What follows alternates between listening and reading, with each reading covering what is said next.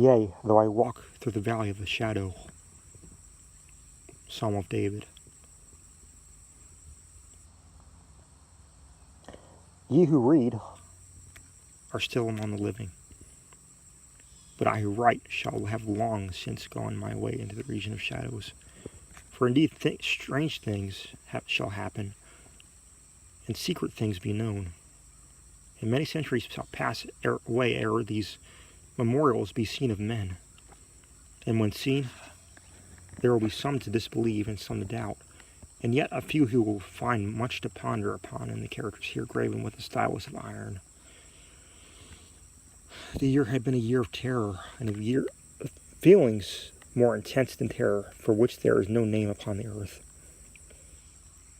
For many prodigies and signs had taken place, and far and wide over sea and land the black wings of the pestilence were spread abroad, to those nevertheless cunning in the stars. It was not unknown that the heavens wore an aspect of ill, and to me the Greek oinos, among others. It was evident that now had arrived at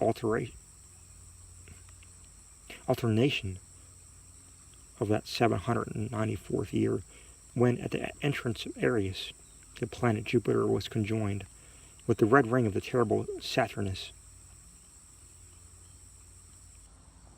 The peculiar spirit of the skies, if I mistake not greatly, made itself manifest not only in the physical orbit of the earth, but in the souls, imaginations, and meditations of mankind. Over some flask of the red kind wine, within the walls of a noble hall in a dim city called Ptolemais, we sat at night, a company of 7, and to our chamber there was no entrance save by a lofty door of brass, and the door was fashioned by the artisan Coronos, and being of rare workmanship, was fastened from within. Black draperies, likewise, in the gloomy room, shut out from our view the moon, the lurid stars, and the peopleless streets. But the boding and the memory of evil, they would not be so excluded. There were things around us of which I can write or no distinct account. Things material and spiritual, heaviness in the atmosphere, a sense of suffocation, anxiety, and above all, that terrible state of existence which the nervous experience when the senses are keenly living and awake. And meanwhile, the powers of thought lie dormant.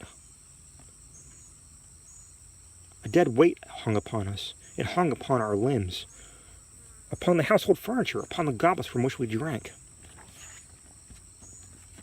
And all things were depressed and borne down thereby. All things save only for the flames of the 7 iron lamps which illuminated our revel.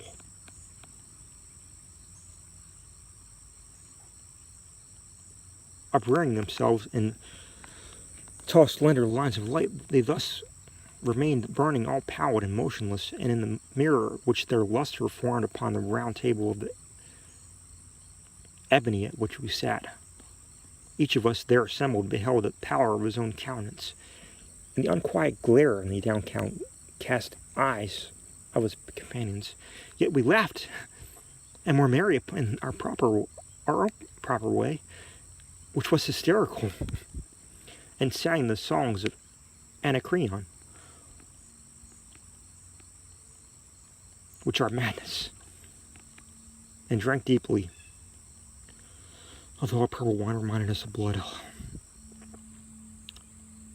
For there was yet another tenant of our chamber, in the person of young Zoilus. Dead and at full length he lay, enshrouded in the genius of the demon of the sea. Alas, he bore no portion of our mirth, save for that his countenance, distorted with the plague,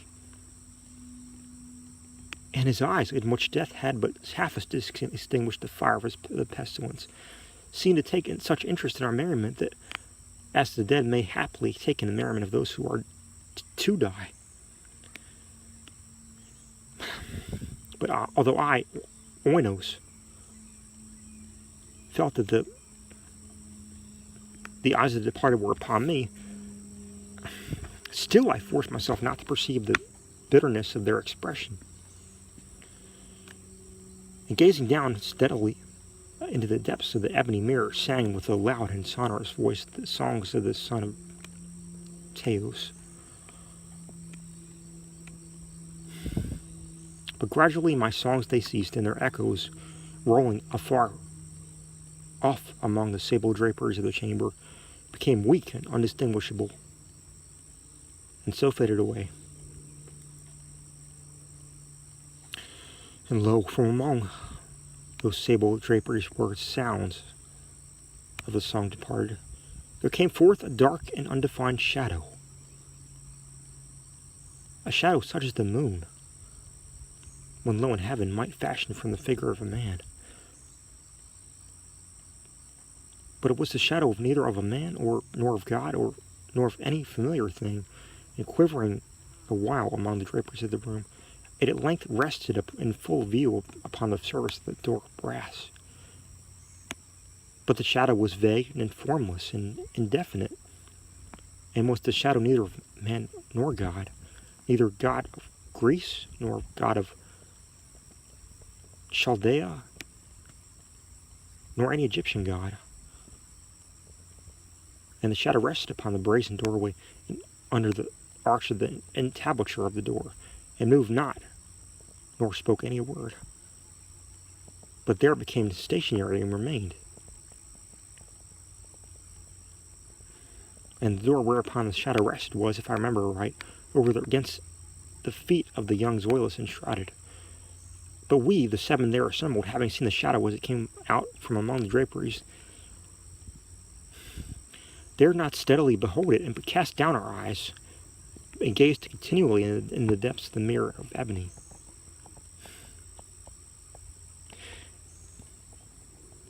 And at length I, Oinos, speaking some low words, demanded of the shadow its dwelling and its appellation, and the shadow answered, I am a shadow, and the dwelling is near to the catacombs of Ptolemais, and hard by those dim plains of Helusion which border upon the foul Charonian canal. And then we, the seven, did start from our seats in horror, and stand trembling and shuddering and aghast.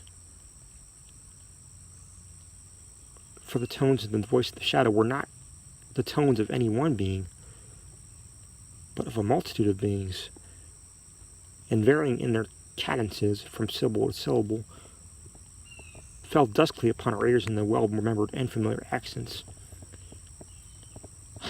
of many thousand departed friends.